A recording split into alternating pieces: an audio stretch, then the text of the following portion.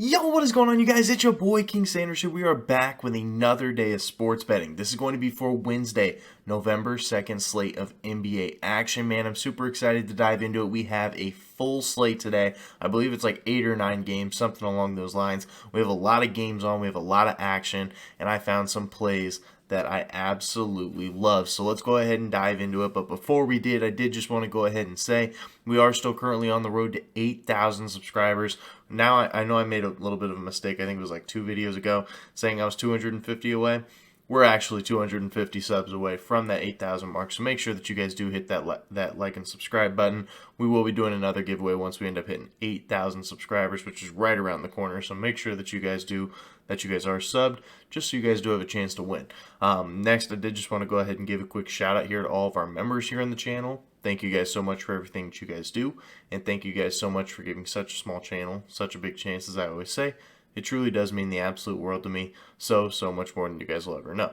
So, without any further ado, let's go ahead and do a quick recap. I will say I'm recording this video a little bit early. The reason being is just because I do have school on Wednesday mornings, and so I have to record this video even earlier just because I have to get up a lot earlier. So I do apologize. One of the games is still currently going on, and we'll talk about it. The bet's looking good, but nothing's ever guaranteed. So without any further ado, let's go ahead and talk about it. We did have our first King's Kill Shot play of the day. It did not work out for us. We ended up losing that one. We had Jimmy Butler over 1.5 steals. If tip passes were a thing and that were to count, Jimmy Butler had so many tip passes, but he ended up having a pretty big night, pretty close to a triple-double. Ended up hitting almost like a game winner versus the Golden State Warriors to kind of put the game away. He had a great game overall. I just picked the wrong stat. I thought he would get some steals. Instead, he ended up getting the same amount as you and I. So he ended up with 0 steals. Definitely unfortunate on that one, especially coming off of a game where he had 6 last game. That was just crazy. Then we had the Thunder, -3 versus the Magic. Shai Gilgeous-Alexander he's that guy. I can't wait to see what he truly turns into in the league. He's such a great player. Great player. I love Shai. Nobody can really guard him. He's so good at the sport of basketball. I love Shai so much. He is literally one of my favorite players in the NBA, and tonight it really showed it. Shai Gilgeous-Alexander was unstoppable. Absolutely nobody on the Magic defense could stop him. It was such a fun game to watch, so I loved that game so much, and the Thunder ended up pulling it away for us as well. But the game that is still currently going on is the Minnesota Timberwolves and the Phoenix Suns. Obviously, I did have D'Lo under 15.5 points. Currently, it's just after halftime, 10 minutes left in the third to be exact. D'Angelo Russell has 0 points and is shooting 0 for 5 from the field.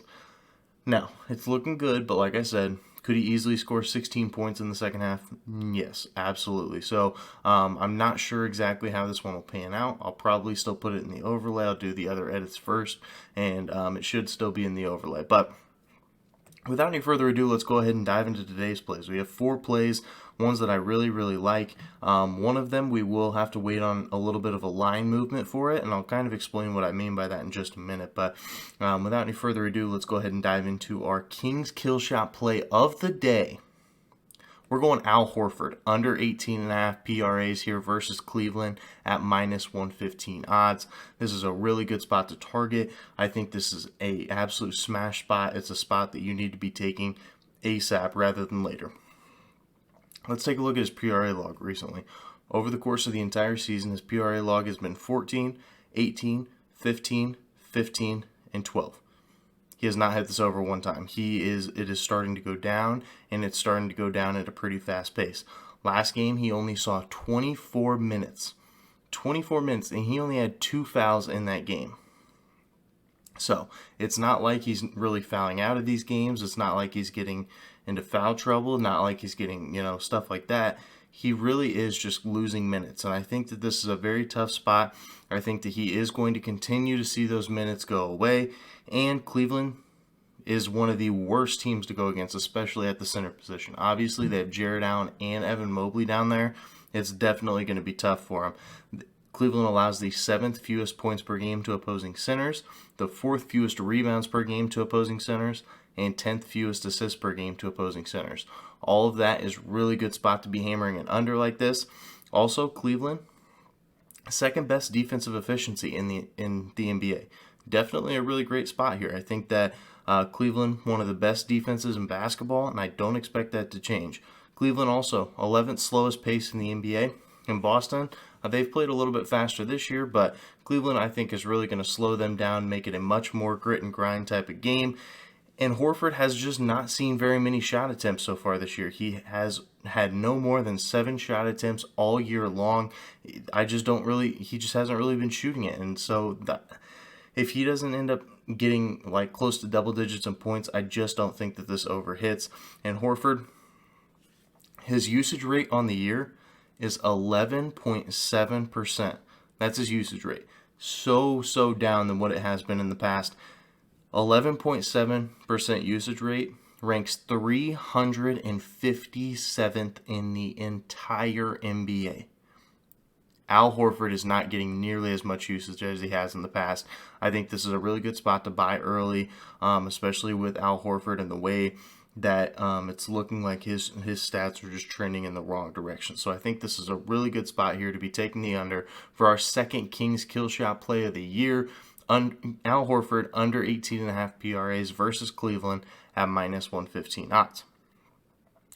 Now for our second play of the day, we're taking the Hornets plus 5.5 here versus my Chicago Bulls at -110. I know this one hurts me. I'm obviously a diehard Bulls fan, but I think it's a good spot because the Bulls, they're coming off a huge win versus Brooklyn in Brooklyn. So a huge win here for my Chicago Bulls, but I think that this is going to be a spot where they end up losing. They have to travel back from Brooklyn all the way back to Chicago for a game versus a rested Hornets team that has looked very solid. It's just not a good spot. Charlotte has been pretty good against the spread as well, 4-3 against the spread, but they've been really good on the road, 3-1 against the spread on the road, covering 75% of the time. I think it's a really great spot. Bulls are also 4-3-1 against the spread. Not bad either, but as a favorite so far this year, they are just 1-1. So definitely a tough spot here for the Hornets in Chicago. They're 0-2 against the spread on the second half of a back-to-back. This team is one team that after they play one game, they need a day before they can play another one. Otherwise, they just have a really tough spot. So I think that this is a really good line to be taking. I think that this line is telling you that the Hornets are going to be covering this game. I would not be shocked if the Hornets win this game. The Bulls, they always play so much better against good competition. They play really bad against not necessarily the greatest competition. So I think this is a game that the Hornets end up taking, truthfully. You could even sprinkle on the money line. I think it'd be a good bet. So that's going to be our second play of the day.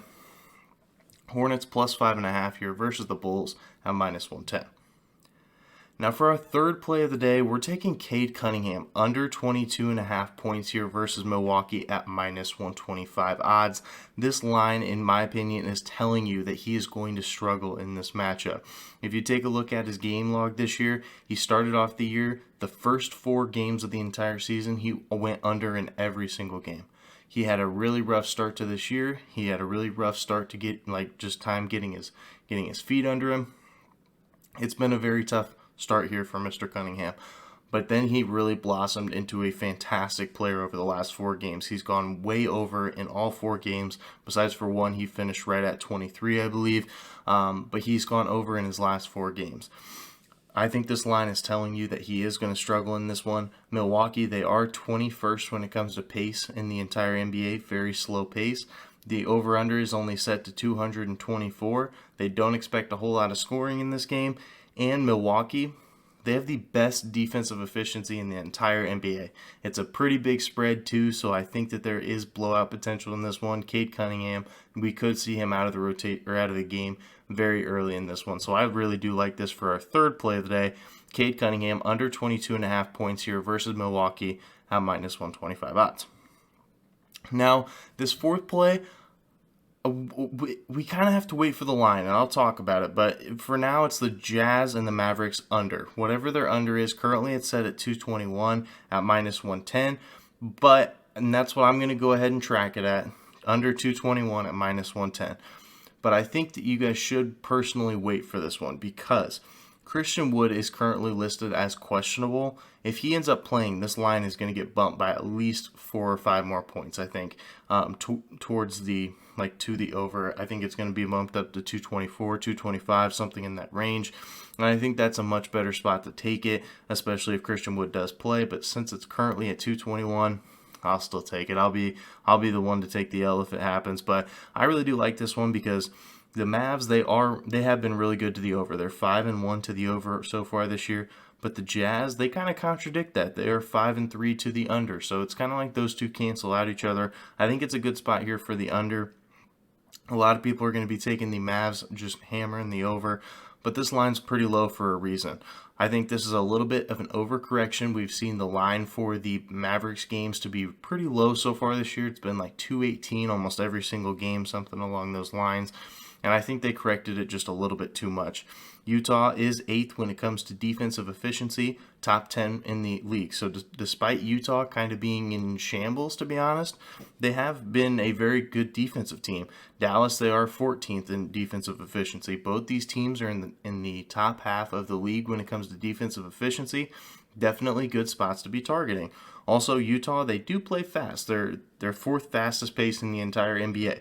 But kind of like the over and under that we had last time, Dallas is 23rd in pace. So Dallas, they really are going to be slowing that Utah team down. I think it's a really good spot here. And in their last 7 matchups between these two teams, they have gone under in 5 of them. So with that being said, that's a pretty good percentage over the course of the last 7 matchups. They've only gone over in 2 of them. I think it's a really good spot. And Christian Wood is listed as questionable. If he ends up not playing, that's 17 points per game that you're not getting back. So I think it's a really good spot here to take the under.